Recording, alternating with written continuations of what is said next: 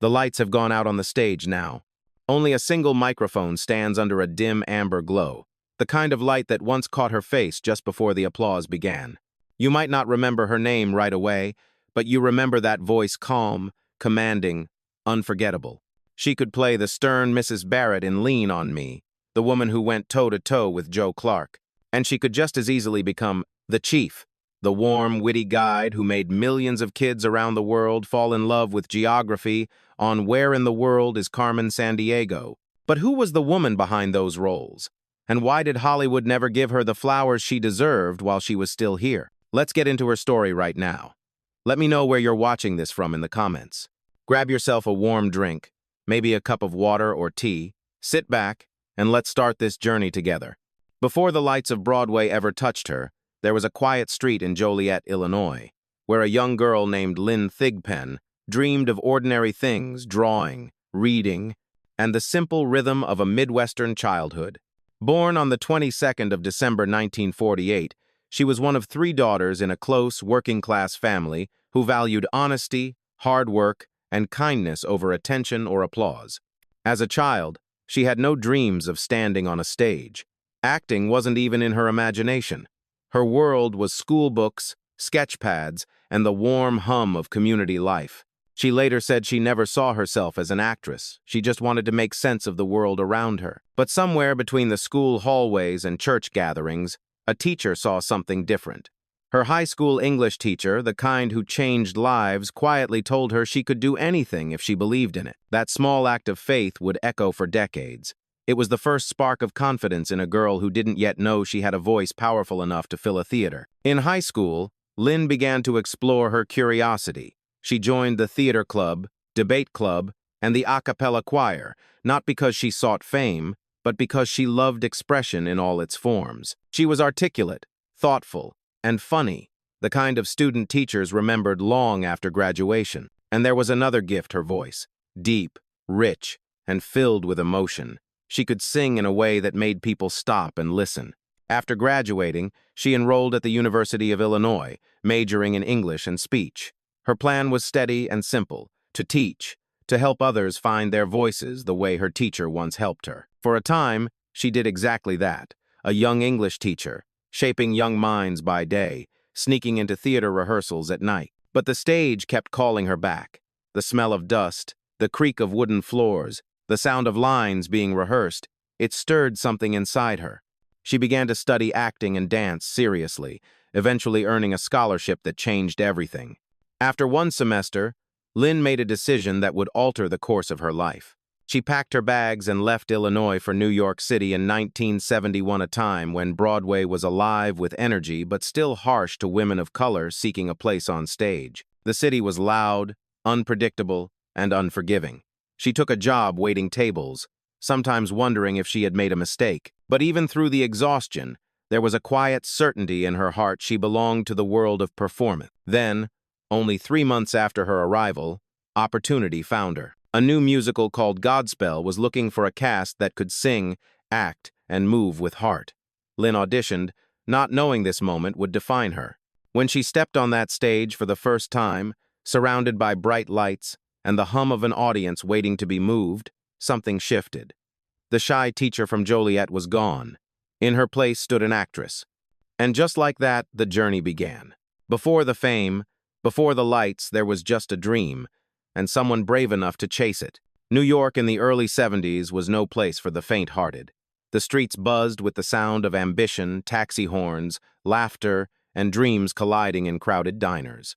For Lynn Thigpen, every day began with a tray in her hand and a hope in her chest.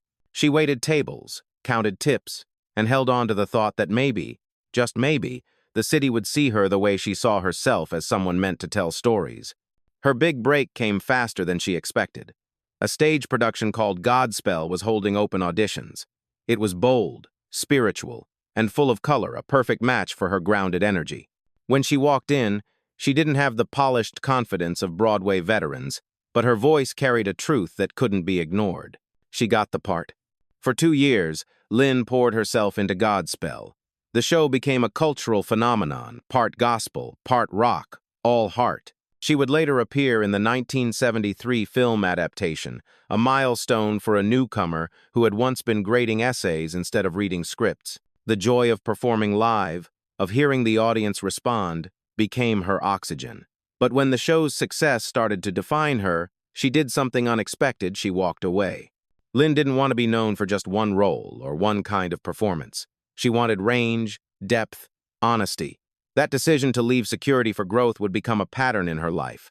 After Godspell, she began picking up roles in plays that challenged both her and her audience. The Magic Show, The Night That Made America Famous, and Working. She was quietly building a resume of substance, not fame. The late 1970 brought new momentum. In 1979, she appeared in the cult classic The Warriors, playing a late-night radio DJ whose smooth, haunting voice guided the story. It was a small role, but unforgettable. That voice, smoky and magnetic, made audiences feel she was speaking directly to them. Many never forgot it. That same year, she appeared in But Never Jam Today, continuing to refine her craft. The next year, she landed on Broadway in Tintypes, a nostalgic musical that celebrated early American music. The performance earned her a Tony nomination, the kind of recognition that told the world she wasn't just another actress from the chorus line. She was a performer who demanded to be seen. That nomination changed everything. For the first time, Lynn didn't have to chase opportunities, they began to find her. Casting directors called, scripts arrived, and Hollywood began to whisper her name. Yet even with this new attention, she remained humble. She gave up singing professionally to focus on acting, saying that every word on stage meant more to her than a note in a song. By the early 1980s, she began to cross over into film and television, appearing in Tootsie, 1982, a movie that would go on to earn more than $240 million worldwide. It wasn't her film, but she left her mark. Whether she had 3 lines or 30, she always carried the same quiet power. Lynn Thigpen's rise wasn't built on spectacle. It was built on craft, night after night of showing up, giving more than what was asked, and never pretending to be anyone but herself. In a city that often rewarded loudness, she found her strength in subtlety, and that, more than anything, made her unforgettable. After years of steady work, Lynn Thigpen's face began to appear in places that once felt out of reach.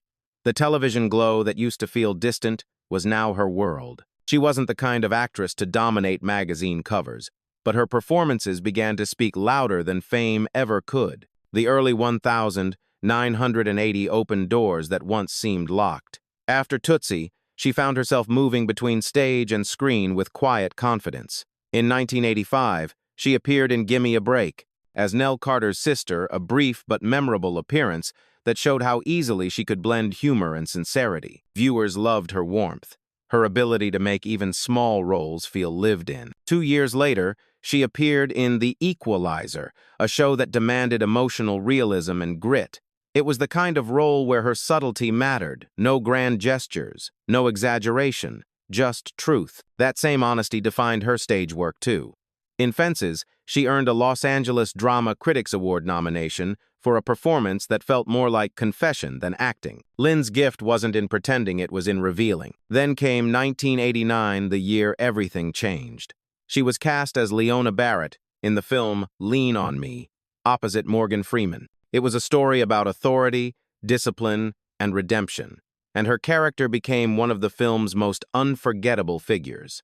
Mrs. Barrett, the determined parent fighting Joe Clark's controversial methods, was stern and unrelenting.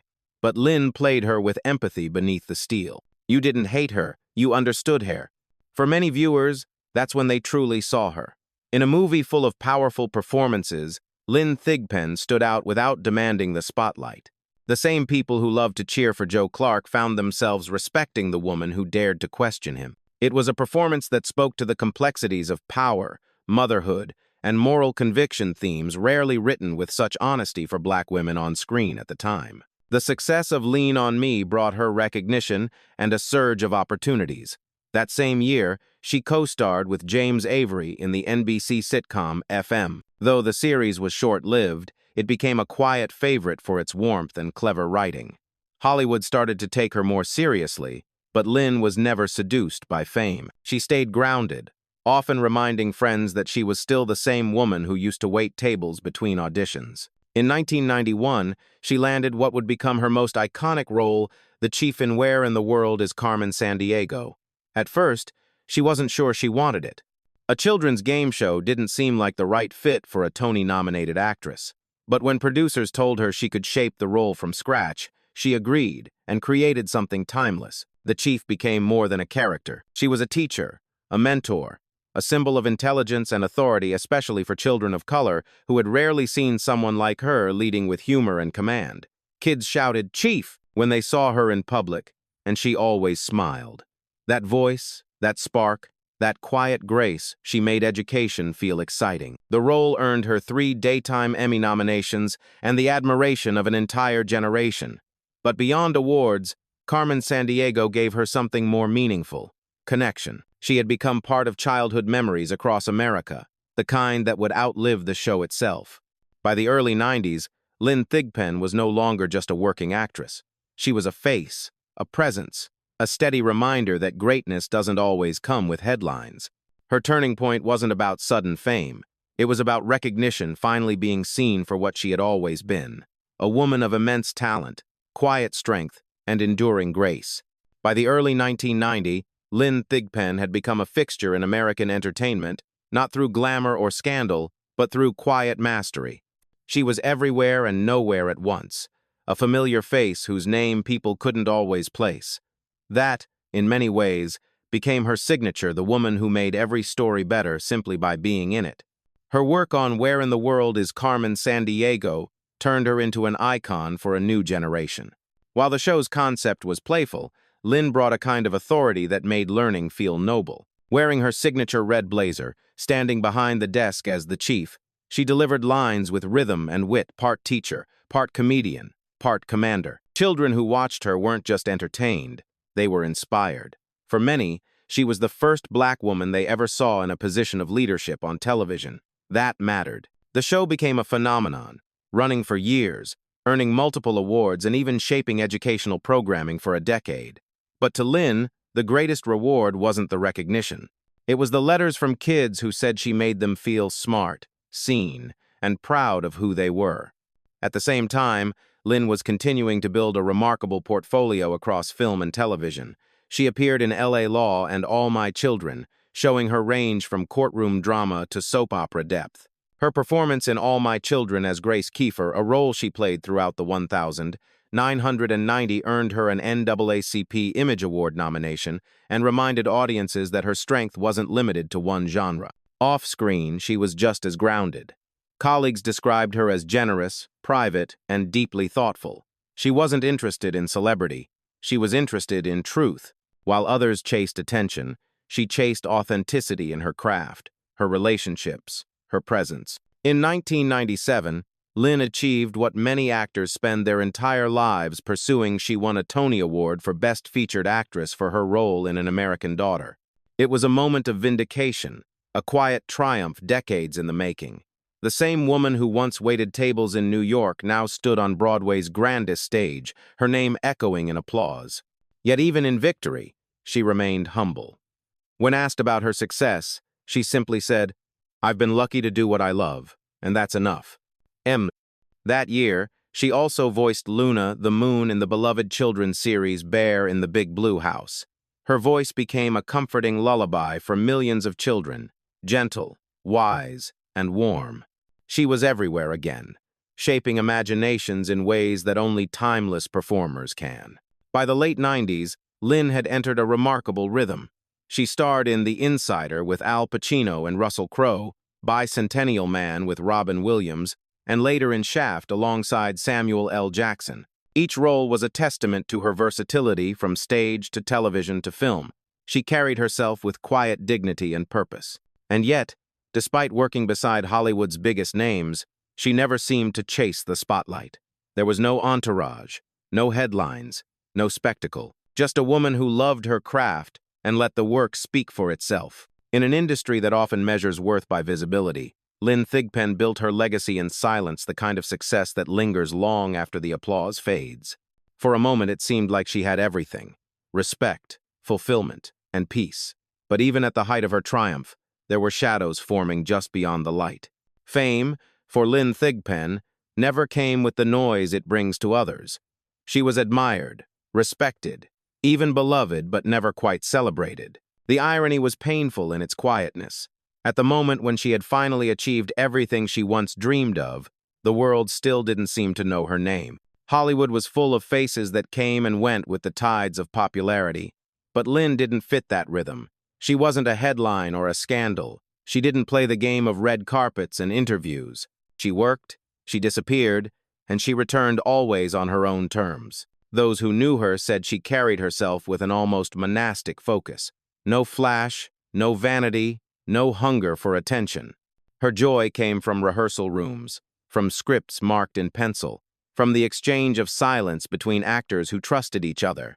She once told a friend, "The work is the reward."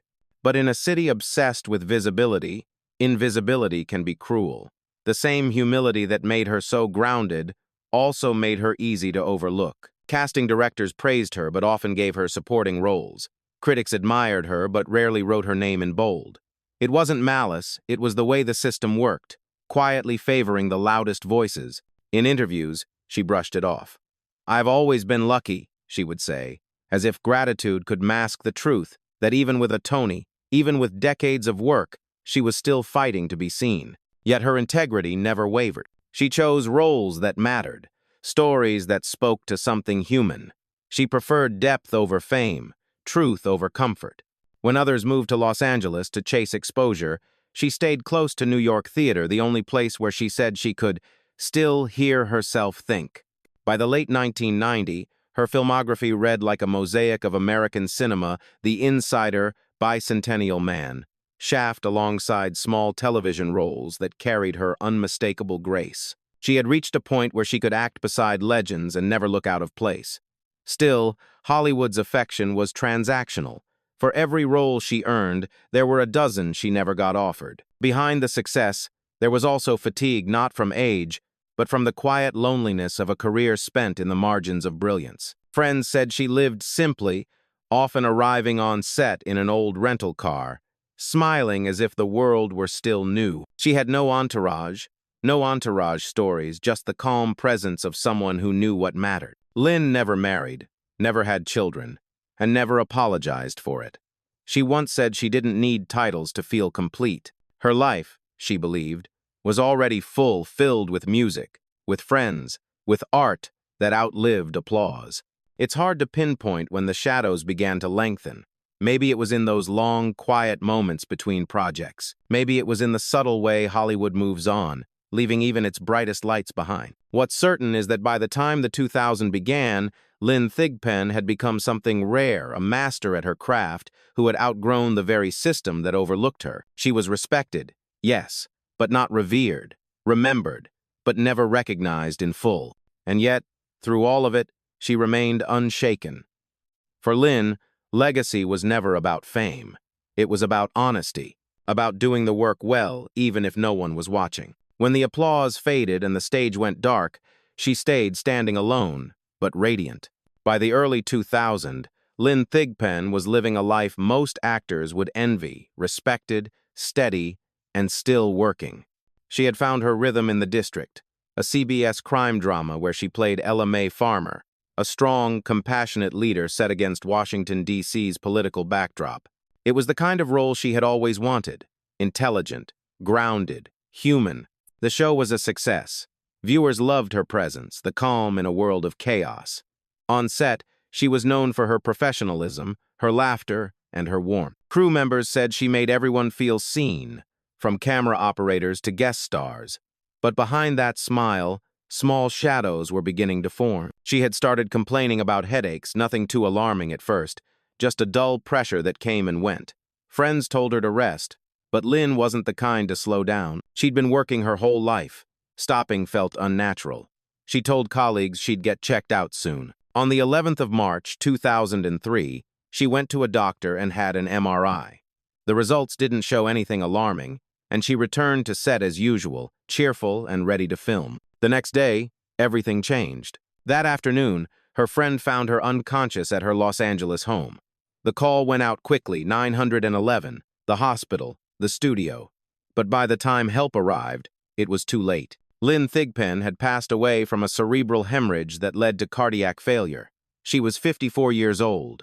The news spread quietly at first, a few phone calls, a few messages. Then disbelief turned into grief. For many of her colleagues, it didn't seem possible. She had been fine just yesterday. She was supposed to be on set that week. The world of television lost one of its quiet pillars. And yet, outside the industry, her death barely made headlines. Those who knew her best remembered how full of life she had been in her final days. She wasn't sick. She wasn't fading. She was thriving, reading scripts, planning new projects, laughing between takes. Her sudden passing felt cruelly ironic, a reminder that even the brightest lives can be extinguished in silence. At CBS, the cast and crew of The District were devastated. The showrunners said the loss was like losing the heart of the family. In her honor, they halted filming for days. On set, her dressing room stayed untouched. For a woman who spent her life making others feel seen, it was as if the universe had stolen her presence too soon. She had survived decades in an industry that often forgets its own, only for life itself to forget her in an instant. The tragedy wasn't just in her death, it was in how unfinished her story felt. When the news of Lynn Thigpen's death reached the set of The District, silence filled the air. The crew stood still. The laughter that usually echoed through the soundstage vanished. People cried openly, not as actors, not as professionals, but as friends who had just lost someone they deeply loved. The producers faced a difficult decision. How do you move forward when the heart of your story is gone? Rather than write her off quietly, they chose something brave. They let her character die the way she did in real life. It wasn't for drama. It was for truth. They wanted the audience to feel what they had felt, the sudden shock, the disbelief, the ache that never fully fades. When the episode aired, viewers could see it, the grief was real. There were no rehearsed tears, no forced emotion. Every actor on that set was mourning a friend, and every viewer watching could feel it. It was one of television's most authentic goodbyes, and even now, it remains painful to watch. Her passing resonated far beyond Hollywood. Teachers, fans, and parents who had once known her as the Chief began posting messages, writing letters, and sharing memories online. Many said the same thing. She was part of my childhood. For a generation who had grown up hearing her voice command both humor and authority, losing her felt like losing a piece of their own past. In 2003, the film Anger Management was released, the last movie she ever made. She played Judge Brenda Daniels, standing alongside Adam Sandler and Jack Nicholson. The film was dedicated to her memory, a quiet tribute at the end of the credits that most people missed, but for those who noticed, it meant everything. It was the final bow of a woman who had given her all to the craft she loved. Lynn never married. She had no children.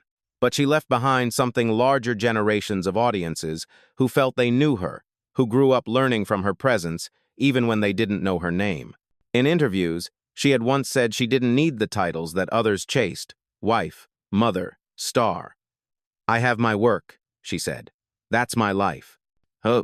In 2005, her longtime agent, Roseanne Gates, helped create the Lynn Thigpen and Bobo Lewis Foundation, a nonprofit supporting actors, writers, and directors. It was exactly the kind of legacy Lynn would have wanted, something that helped others find their voice. Back in her hometown of Joliet, Illinois, a new elementary school was named in her honor. Children walked through doors bearing her name, perhaps never knowing who she was, but growing up surrounded by the spirit of a woman who once stood exactly where they stood, dreaming of something more. Her story ended quietly, but her light never dimmed.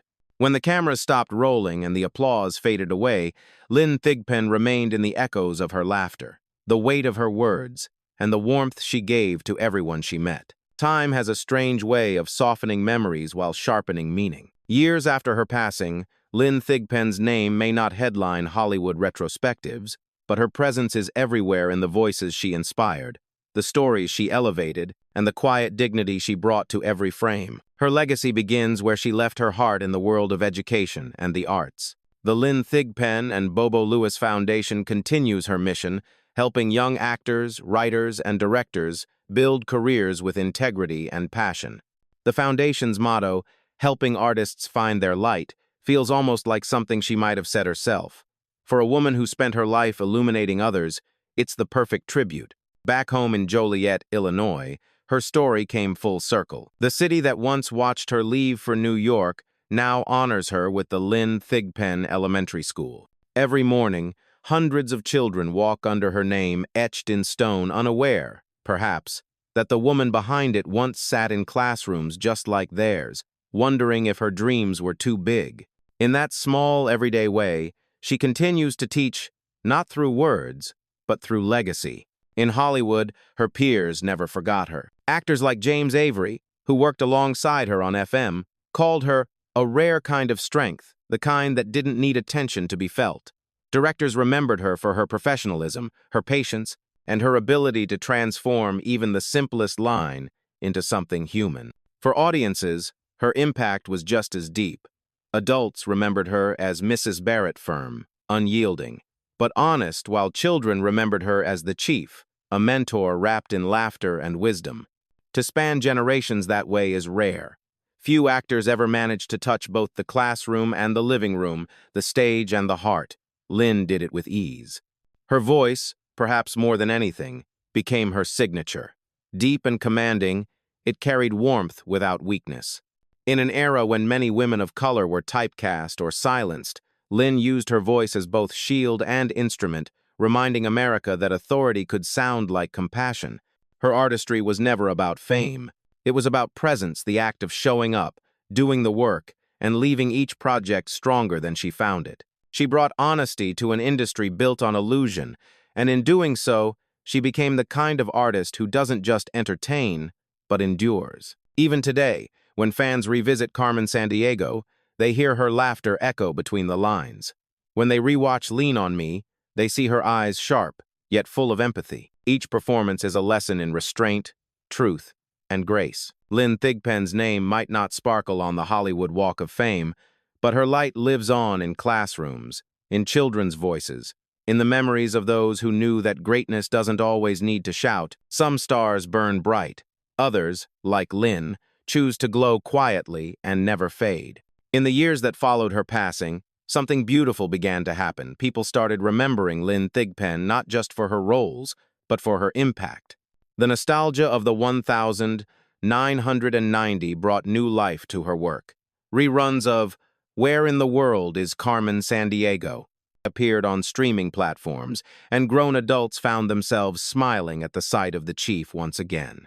For a generation that had once rushed home from school to watch her, seeing her face felt like finding a long-lost friend. Social media, decades after her death, gave voice to what audiences had always felt but rarely said, that Lynn Thigpen deserved far more recognition than she ever received. Fans posted clips, tributes, and memories, writing things like, "She taught us without preaching," or "She made us feel seen."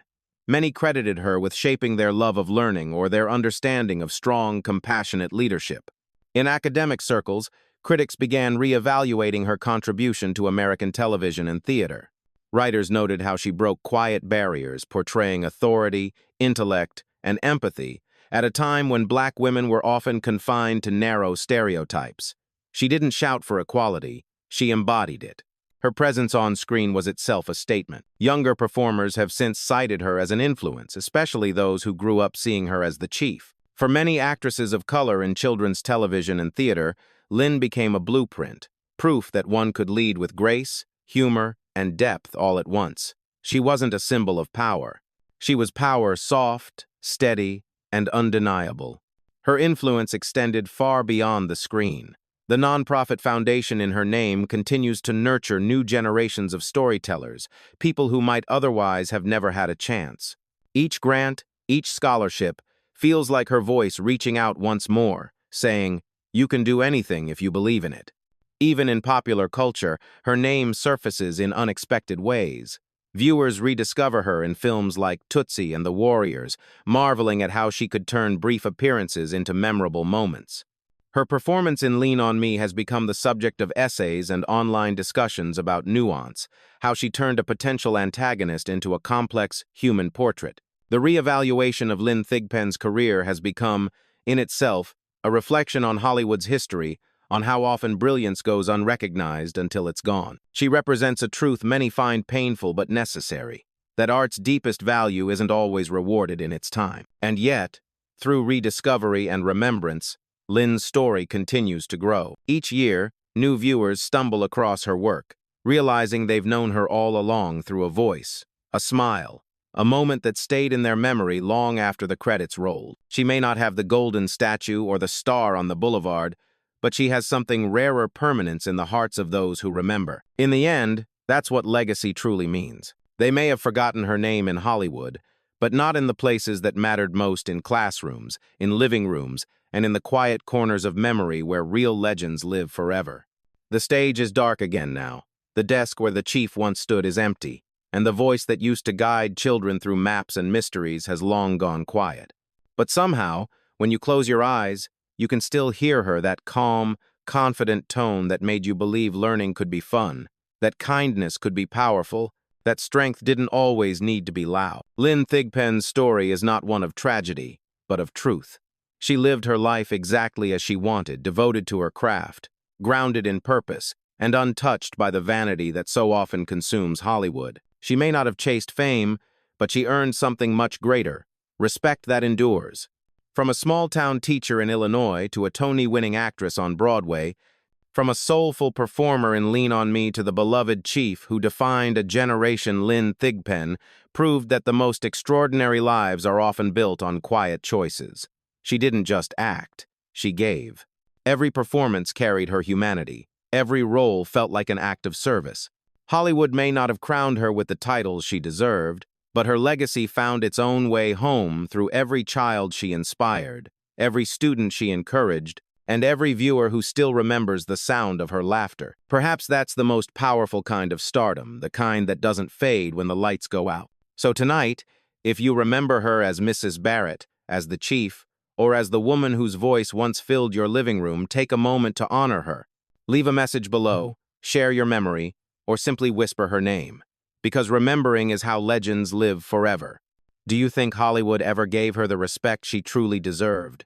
If this story moved you, help us keep her light alive for the ones who came before, and the ones still waiting to be seen. Some stars never fade. They just shine where fewer eyes can see.